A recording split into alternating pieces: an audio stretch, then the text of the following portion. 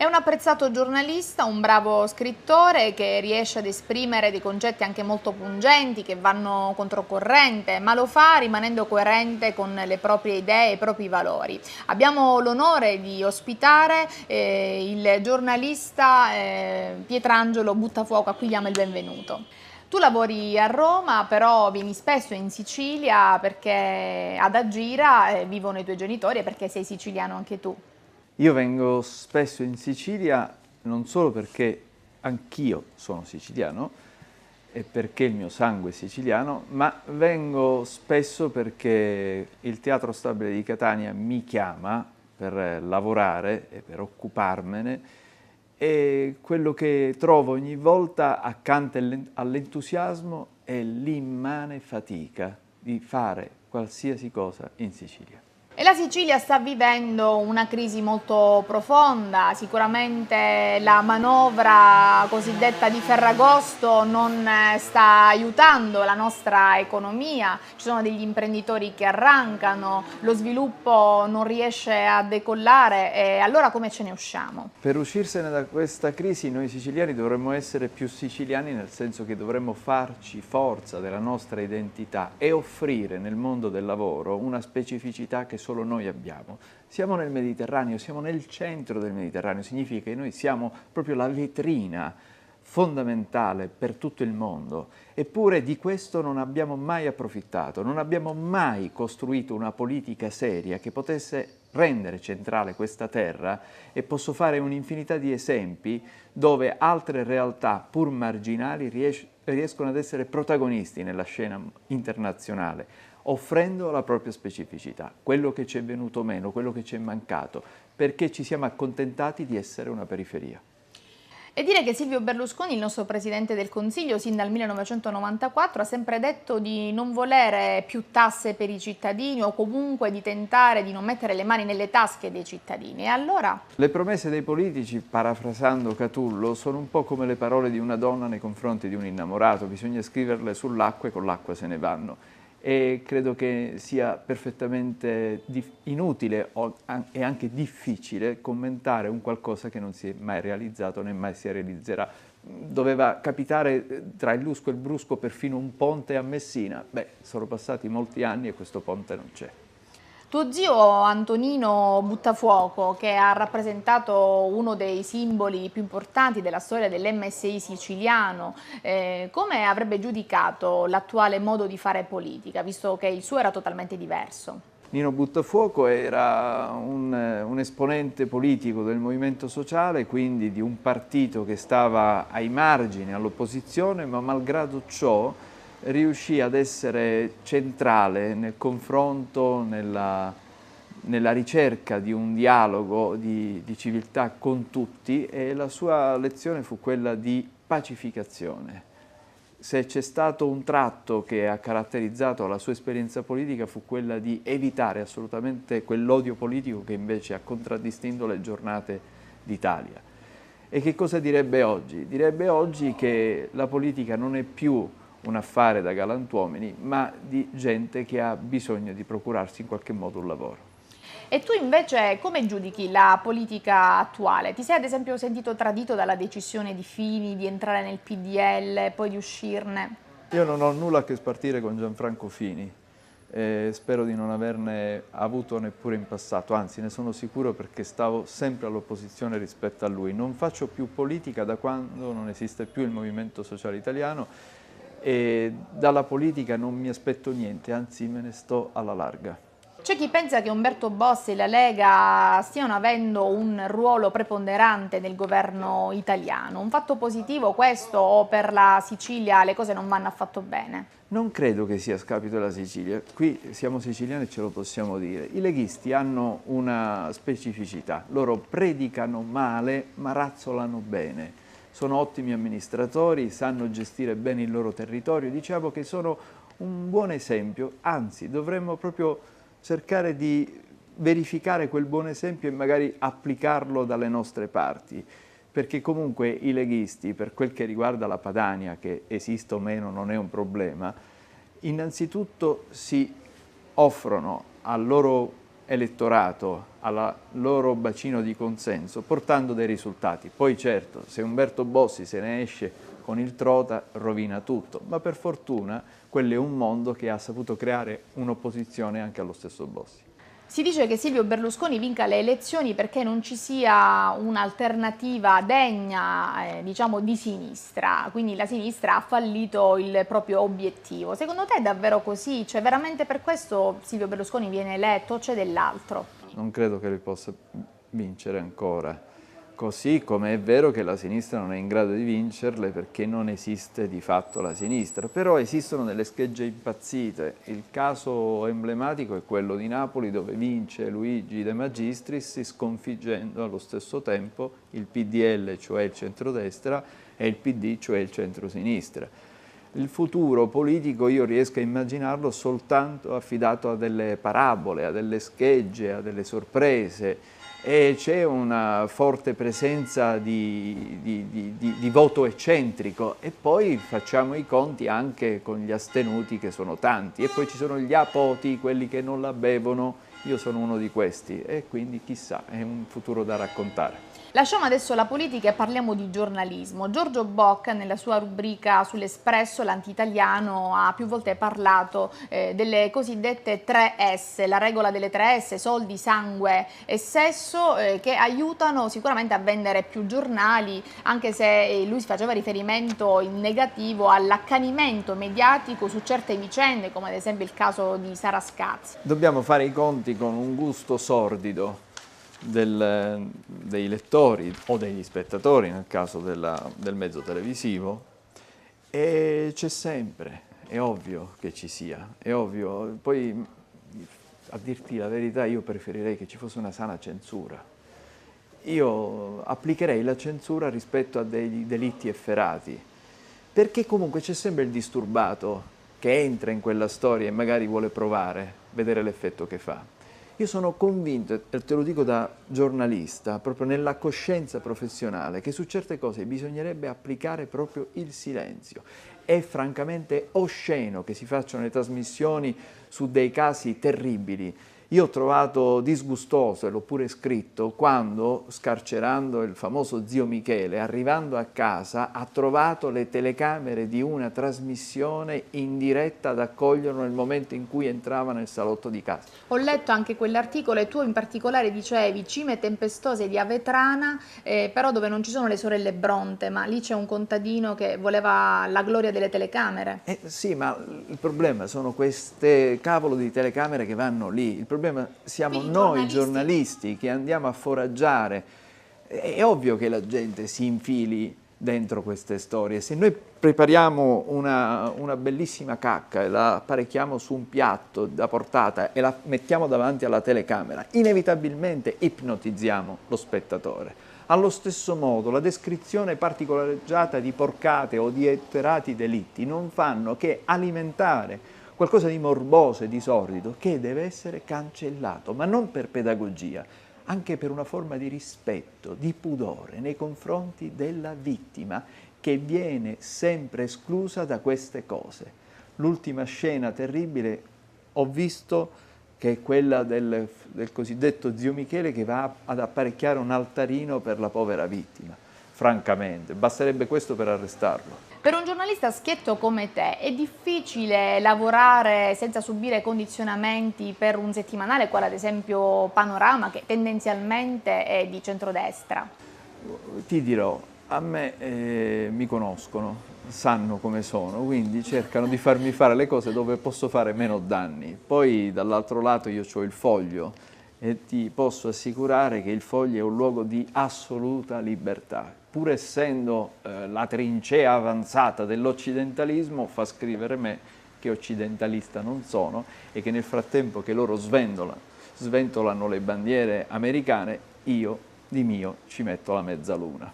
Pietrangelo Buttafuoco a livello giornalistico si sente più vicino a Indro Montanelli o a Enzo Biaggi oppure si sente solo Pietrangelo Buttafuoco?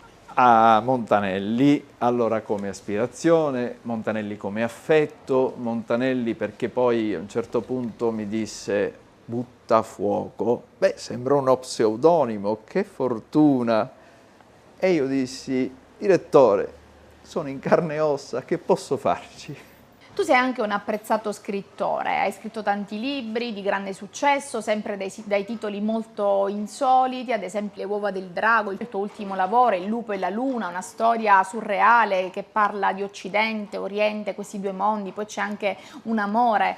Com'è nata questa storia? Allora ti dirò, noi siamo siciliani, quindi da siciliani ci dobbiamo capire su una cosa. Noi abbiamo una storia meravigliosa che non conosciamo. Per esempio, uno dei più grandi poeti al mondo, uno dei poeti che tutto il mondo studia, ama, recita. Se vai per le strade di Mumbai, in India, troverai gli attori che recitano i suoi versi.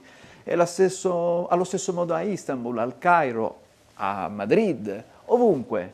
E questo poeta, Ibn Hamdis, non lo conosce nessuno in Sicilia, eppure è un grande poeta, stiamo parlando dei livelli di Dante, di Petrarca, un grandissimo poeta siciliano di lingua araba.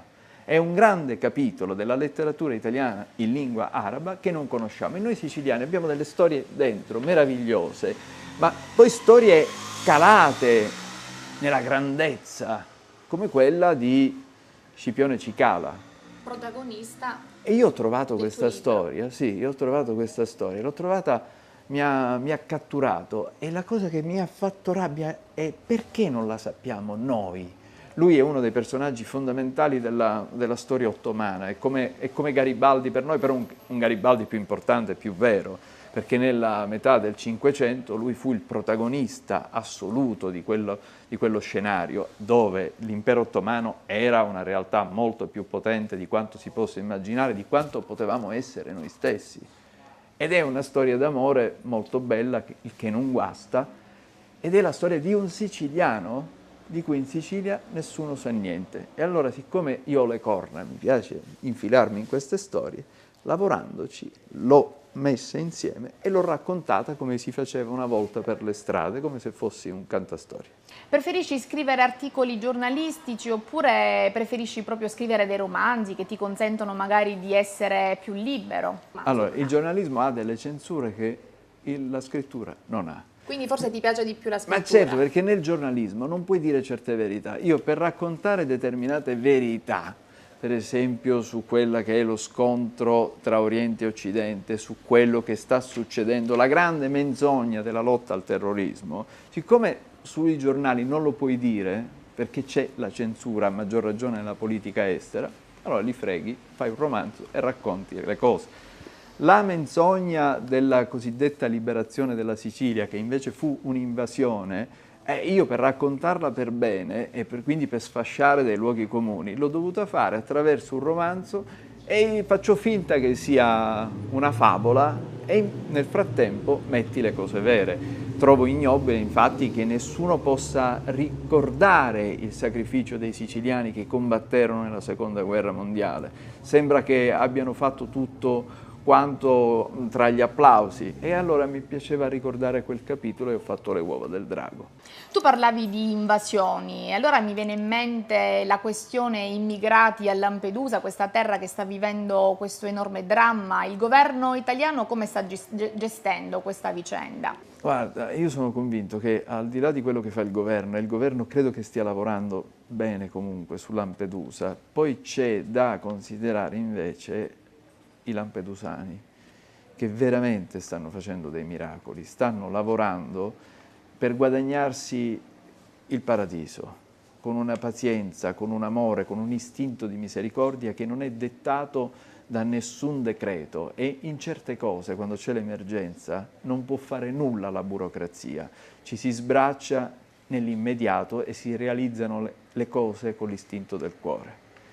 Detto questo, io credo che il governo proprio in quella fase stia lavorando bene, poi ovvio ci sono delle contraddizioni, perché poi questi immigrati che arrivano vengono impacchettati e consegnati nei vari centri di accoglienza. Io mi ricordo quello di Mineo, per esempio, che è una delle storie più assurde, ci sono andato di persona a verificare, a raccontarlo. Ovviamente ci sono delle grandi contraddizioni, però la sostanza vera è questa. Allora, bisogna capire che noi siamo una realtà geografica morta, non solo la Sicilia, tutta l'Italia è periferia, un posto inutile dove non c'è nessuno, dove non c'è lavoro, non i posti, i famosi posti, Che il davano i lavoro. politici. Il lavoro è quello che crea la ricchezza. Ecco, è un dato di fatto. Le uniche realtà ricche, le uniche realtà che lavorano sono quelle che hanno saputo accogliere gli immigrati, cioè sono quelli che riescono a ripopolare i nostri paesi, i paesi nostri, quelli che nella cartina geografica andiamo a verificare con tutti i loro nomi meravigliosi della toponomastica antica, che sono deserti, abbandonati. Ecco, quando arrivano gli immigrati, che cosa fanno? Accendono le lucine, cominciano a vivere, si sente il vagito dei bambini, si sentono i pianti, le risate, le allegrie, si sentono i canti, si sente che quindi la vita sta ritornando. Ritornando la vita c'è il lavoro, c'è la possibilità di sentire il profumo del pane. Questo è il senso dell'arrivo dell'immigrato. Da che mondo è mondo è stato sempre così. Ci troviamo nella terra di Leonardo Sciascia, a Racalmuto, ci ospita il Circolo Unione, di cui tra l'altro Leonardo Sciascia era socio. Di Leonardo Sciascia tu hai detto che è un artista di puro ingegno, però forse il vero problema sono coloro che imitano Leonardo Sciascia, quindi gli sciasciani. Innanzitutto stare qui è come stare in una cattedrale, e non ho detto chiesa apposta perché cattedrale dà un senso molto più importante.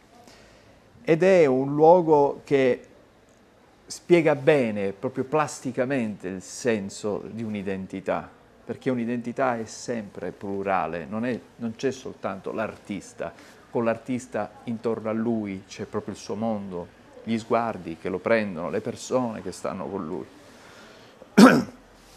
Tornando invece alla tua domanda, una cosa è Sciascia, l'artista, una cosa sono gli sciasciani, nel senso che c'è sempre il tentativo di fare una parodia di chi invece ha dato il marchio originario. E questo è pericoloso per tutti, perché rischia di rovinare la preziosità dell'artista, perché noi abbiamo saputo individuare con Leonardo Sciascia una descrizione dell'umano che è universale, pur partendo proprio da Racalmuto, perché la lingua di Racalmuto è una lingua che riesce a essere compresa in qualunque angolo del mondo. Lo stesso si potrebbe dire di tantissimi altri scrittori, di tantissimi altri artisti. Perché non si può dire invece di chi ne fa parodia? Perché chi ne fa parodia cerca di cavargli un'ideologia, di cavargli una giacchetta, di cavargli una divisa e quindi di mettersi col ditino pronto a dire tu sì, tu no, a separare i buoni e i cattivi. E quello che ci vorrebbe adesso sarebbe proprio il Leonardo Sciascia puro, lui, nel raccontare una fase politica complicata come quella che stiamo vivendo, ma anche le grandi contraddizioni di questa terra. Te ne dico una, che mi tocca da vicino perché un mio amico per esempio è in carcere, da 10 mesi, carcere duro per mafia. Lui è un imprenditore. Allora, se io mi metto all'angolo della strada con una pistola e ti dico ho la borsa o la vita, tu mi dai la borsa, diventi mia complice perché mi hai dato la borsa. Ma volevo fare salva la vita. Perfetto. Allora cosa deve fare un imprenditore in Sicilia? Se paga il pizzo, viene sbattuto in galera. Se non lo paga, Muore. viene ammazzato. E allora l'imprenditore cosa se ne deve fare? Se ne deve andare dalla Sicilia. Non è pensabile immaginare l'impresa in Sicilia. Noi abbiamo a che fare con i declamatori dell'antimafia, imprenditori che si limitano a declamare l'antimafia, ma io li voglio vedere al mattino, alle 7:30 del mattino, ad alzare la saracinesca dai propri cantieri e dare lavoro alle persone.